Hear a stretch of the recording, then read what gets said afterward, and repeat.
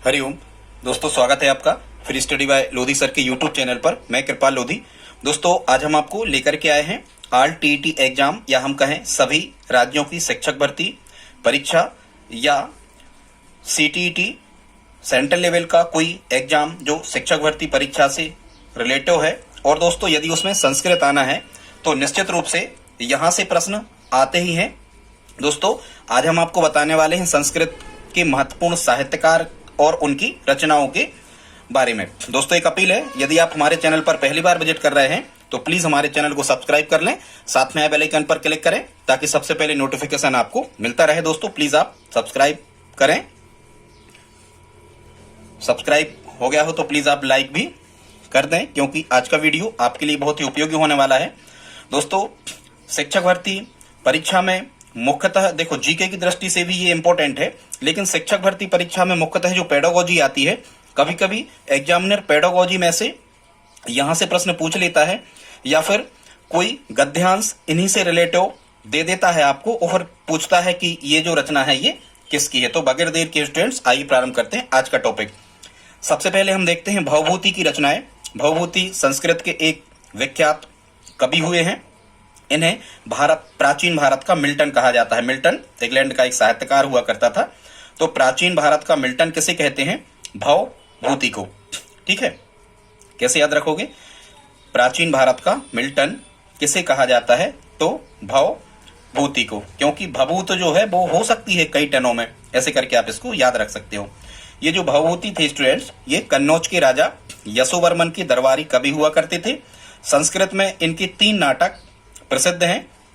एक ट्रिक याद कर लेना, इस ट्रिक के माध्यम से आपको ये 3 नाटक याद हो जाने वाले हैं। भवभूति की रचनाओं की ट्रिक है, वीर राम ने मालती की भभूत खाई।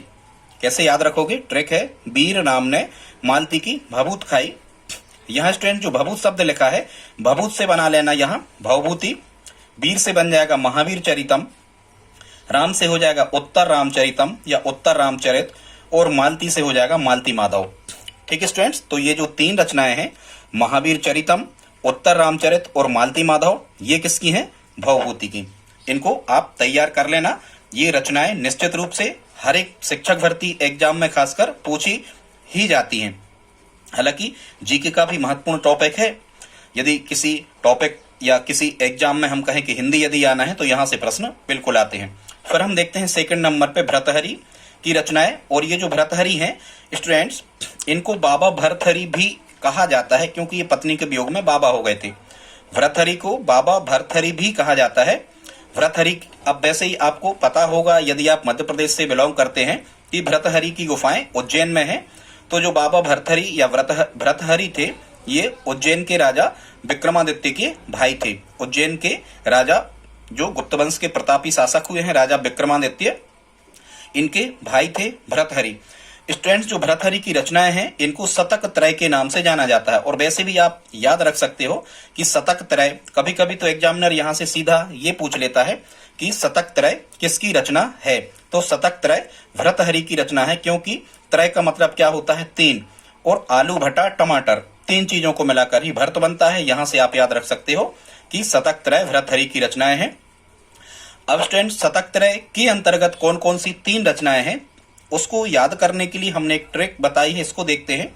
ये ट्रिक है स्टूडेंट्स, नीति का श्रृंगार से बैर है। कोई नीति नाम की महिला है, वो श्रृंगार नहीं करती है, तो नीति का श्रृंगार से बैर है। तो शतक त्रय में आ जाएगा, नीति से बन जाएगा यहाँ पर नीति शतकम, श्रृंगार से हो जाएगा, यहाँ जो श्रृंगार लिखा है श्रृंगार से बन जाएगा श्रृंगार शतकम, और बैर से हो जाएगा वैराग्य शतकम। तो आई होप आप समझ गए होंगे कि भर्तृहरि की मुख्य रचना है शतक त्रय, जिसके 3 हिस्से हैं, नीति शतकम, श्रृंगार शतकम और वैराग्य शतकम। तो यदि ये नीति शतकम, श्रृंगार शतकम और वैराग्य शतकम भी आता है तो भी आपको क्या कहना है स्टूडेंट? तो भी आपको भर्तृहरि की रचनाओं के बारे में ही आपको बता देना है। ठीक है, क्योंकि आपने देखा होगा ज्यादा जो बाबा बैरागी होते हैं वैसे ही भर्त बनाते हैं और वो अपनी भभूत वगैरह से श्रृंगार करते हैं और नीति पर चलते हैं। ठीक है, वो भर्त बाटियां ही वो ज्यादा खाते हैं, ऐसे करके भी आप इसको याद रख सकते हो।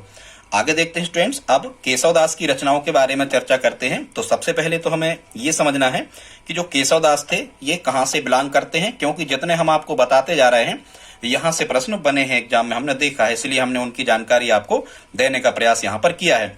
जो केशवदास थे ये ओरछा नरेश इंद्रजीत सिंह के दरबारी कवि, मंत्री और गुरु थे। ओरछा टीकमगढ़ में आता है। ओरछा नरेश इंद्रजीत सिंह के दरबारी कवि, मंत्री और गुरु थे केशवदास। इन स्टूडेंट्स कठिन रचनाएं करने के कारण केशवदास को कठिन काव्य का प्रेत भी कहा जाता है। ये निकनेम भी कभी पूछा जाता है।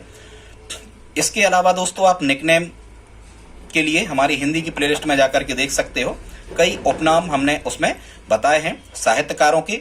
यहाँ स्टूडेंट्स हमने संस्कृत की चर्चा जब भी हम करते हैं रचनाओं की, तो यहाँ महत्वपूर्ण नाम जिनको भारत का शेक्सपियर कहा जाता है, कालिदास जी, कालिदास की रचनाओं को आज हमने शामिल नहीं किया है, क्योंकि आप संस्कृत की प्लेलिस्ट में या रचनाओं की प्लेलिस्ट में जाकर के आप देख सकते हैं, उसमें हमने कालिदास के बारे में अलग से एक वीडियो अपलोड किया है, आप उसे देख सकते हैं। ठीक है, इसलिए आज हम यहाँ कालिदास के बारे में चर्चा नहीं करेंगे। तो केशवदास को क्या कहते हैं? कठिन काव्य का प्रेत। वैसे ही अपन कहते हैं ना, जब 100 बन जाता है तो अपन कहते हैं उसके बाद प्रेत बनते हैं, ऐसे करके आप इसको याद रख सकते हो। और केशवदास को रीतिकाल का प्रथम कवि भी कहा जाता है। तो ये केशवदास के दो उपनाम है, कठिन काव्य का प्रेत और रीतिकाल का प्रथम कवि। ठीक है, अब इनकी रचनाओं को देखते हैं। तो देखो, यदि किसी के 100 की चेकिंग वगैरह करना है तो ये कौन सा विषय करता है? विज्ञान करता है। तो यहां से आपको याद हो जाएगा विज्ञान गीता, ये केशवदास की रचना है। या हम कहें आज हम वर्तमान में किसके दास हैं, किसके गुलाम हैं? तो वर्तमान में हम दास हैं विज्ञान की, तो विज्ञान गीता और वीरसिंह चरितम।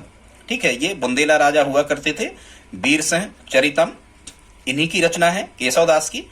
ठीक है, और जहां भी वीरसिंह नाम आएगा तो एक चीज तो आप याद रखना, वीरसिंह बुंदेला ये भी ओरछा के ही राजा हुए हैं, बुंदेलखंड से। वीरसिंह ने जहांगीर के कहने पर अबुल फजल का वध किया था। तो यहाँ यदि आपको ये स्टोरी याद हो जाए तो आपको याद हो सकता है कि केशवदास की रचनाएं वीरसिंह चरितम और जहांगीर रस चंद्रिका होगी। और स्टूडेंट, जब भी आप केशवदास की रचनाएं याद करें तो 3 रचनाएं जरूर आप याद करें, रामचंद्रिका, कवि प्रिया और रसिक प्रिया। जब भी आप केशवदास की रचनाओं को याद करें तो एक सांस में कहें रामचंद्रिका, कवि प्रिया और रसिक प्रिया। ठीक है, वैसे ही अपन सब लोग किसके दास हैं? तो भगवान श्री राम के दास हैं, तो दास से इसको जोड़ लो। ठीक है, और सभी अपनी प्रिया प्रियतम के दास होते ही हैं। ठीक है, तो ऐसे करके भी आप याद रख सकते हो कि प्रिया शब्द लिखा होगा, सभी अपनी प्रियतम या प्रिया के दास होते हैं।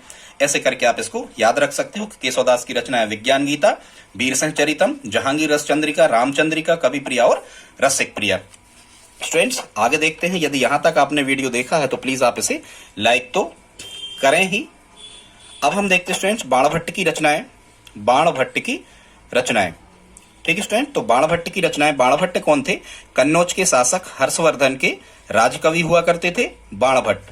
ठीक है, और वैसे ही यदि कभी भरत वगैरह हमें मिल जाए खाने के लिए तो हमें हर्ष होता ही है। ऐसे करके आप इसको याद रख सकते हो कि बाणभट्ट कन्नौज के शासक हर्षवर्धन के राजकवि थे। इनकी रचनाओं को याद रखने के लिए स्टूडेंट्स आपको एक ट्रिक याद करना होगी। ट्रिक क्या है? चंडी के परिणय में भटा हुआ बरी मिली। चंडी का मान के चलो विवाह हुआ तो चंडी के परिणय में भटा हुआ बरी की सब्जी मिली, बहुत हर्ष हुआ, बहुत प्रसन्न हुए। तो यहां से आप याद रख सकते हो कि ये बाणभट्ट की रचनाएं हैं। कौन कौन सी? फिर यहाँ पर लिखा हुआ है क्या? चंडी। स्टूडेंट, तो यहाँ पर चंडी से बन जाएगा चंडी शतकम। ठीक है, चंडी से क्या बनेगा? एक रचना हो जाएगी क्या? चंडी से बन जाएगा स्टूडेंट्स यहाँ पर चंडी शतकम। फिर यहाँ पर लिखा है परिणय, तो परिणय से पार्वती परिणय। ठीक है, भटा शब्द लिखा है, इससे बाणभट्ट हो जाएगा। बरी लिखा है तो बरी से कादम्बरी। और फिर यहाँ पर हर्ष हुआ, स्टूडेंट्स यहाँ पर हर्ष लिखा हुआ है तो हर्ष से क्या हो जाएगा? हर्ष से हो जाएगा हर्ष चरितम। तो बाणभट्ट की कितनी रचनाएं हो गई? 4 रचनाएं हो गई मुख्य, चंडी शतकम, पार्वती परिणय, कादम्बरी और हर्ष चरितम। दोस्तों, एक वीडियो और लगा है हमारा रचनाओं का, संस्कृत की रचनाओं का, उसको भी आप देख सकते हो। और ये भी हमने कुछ इंपॉर्टेंट फैक्ट ही शामिल किए हैं जहां से प्रश्न बनते हैं, तो आप इसे पूरा लास्ट तक जरूर देखें। अब हम देखते हैं स्टूडेंट, कभी कभी यहां से प्रश्न पूछा जाता है कि बृहत्त्रयी और लघुत्रयी रचनाएं क्या कहलाती हैं? तो जो बड़े बड़े महाकाव्य हैं संस्कृत साहित्य के, इनको बृहत्त्रयी के नाम से जाना जाता है। इसकी ट्रिक आप याद रख लेना कि किसी ने बृहत्त्रयी, ठीक है, किसी ने बृहत्त्रयी चुरा लिया या रख लिया, कुछ भी किसी ने आपको कहना है।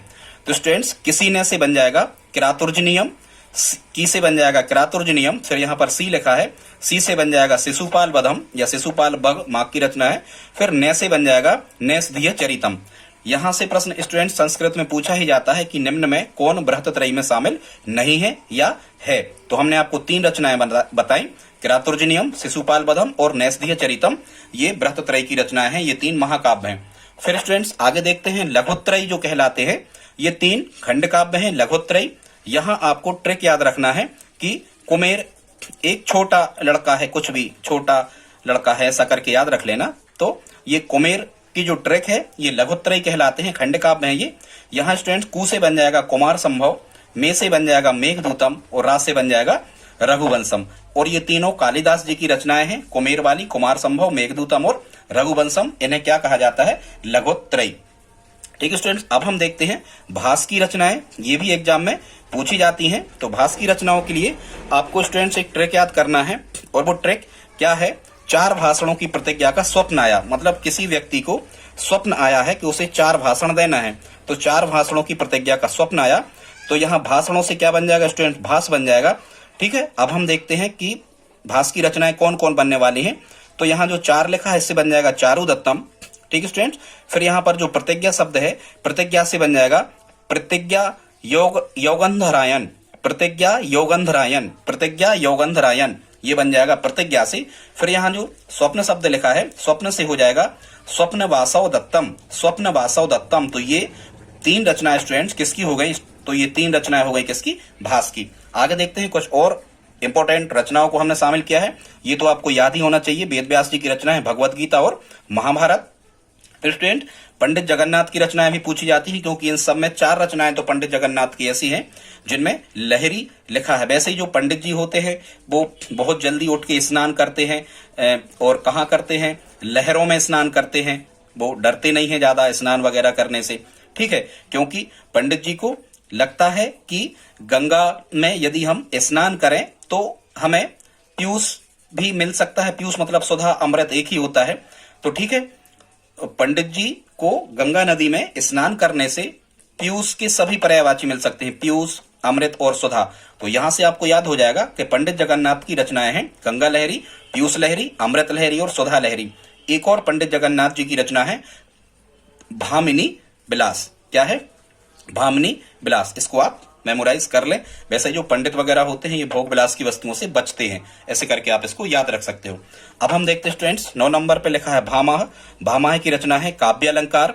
ठीक है, भामाह की रचना क्या है? काव्य अलंकार। ठीक है, अपन कभी कभी पूछते हैं अरे यार श्रीलंका जाना है, किस माह में चलोगे यात्रा पे? तो भामाह की रचना क्या है? काव्य अलंकार। ये आपको याद ही होना चाहिए कि नाट्यशास्त्र किसका ग्रंथ है? तो नाट्यशास्त्र ग्रंथ है भरत मुनि का। वैसे ही भरत जी के साथ में नाटक हुआ था कि पहले राजा बना दिया, फिर भगवान श्री राम राजा बन गए। ऐसे इसको याद रख सकते हो कि नाट्यशास्त्र भरत मुनि की रचना है। फिर स्टूडेंट्स देखते हैं, ये जो बासवदत्ता है ये सुबंधु की रचना है। तो बासवदत्ता, आप देखो यहाँ एक तो लिखा है बास, और सुबंधु को कह दो सुगंध, तो बास से सुगंध मिला दो, तो बासवदत्ता किसकी रचना हो गई? ये सुबंधु की रचना हो गई। ठीक है स्टूडेंट्स, आगे देखते हैं व्याकरण और महाभाष्य पतंजलि की है। ये तो आपको याद ही होना चाहिए, संस्कृत व्याकरण के जनक पतंजलि को कहा जाता है। मनुस्मृति ही स्वयं राजा मनु ने लिखी है। रामायण चंपू काव्य जो लिखा है राजा भोज ने लिखा है, जो भोपाल के एक प्रतापी परमार वंश के शासक रहे हैं। रामायण चंपू, चंपू काव्य मतलब जो गाकर आख्यान टाइप के सुनाए जाते हैं उन्हें चंपू काव्य कहते हैं। तो रामायण चंपू किसके द्वारा लिखा गया? राजा भोज के द्वारा। अब राजा राम तो राजा राम ही थे, तो यहाँ राम लिखा है तो राजा वो जैसे आपको याद रह सकता है। फिर स्टूडेंट्स अगली 15वीं रचना है हितोपदेश। ये कहानी का संग्रह है बहुत बड़ा, नारायण पंडित इसके रचनाकार हैं, बहुत फेमस है, याद कर लें। ठीक है, हित की कहानी ही इसमें दी गई है कि कैसे किसी व्यक्ति का हित हो सकता है। तो हितोपदेश नारायण पंडित इसके राइटर हैं। और पंचतंत्र जो ग्रंथ है इसमें भी महत्वपूर्ण संस्कृत की कहानियों का संग्रह इसमें भी है। इसके लेखक हैं विष्णु शर्मा जी।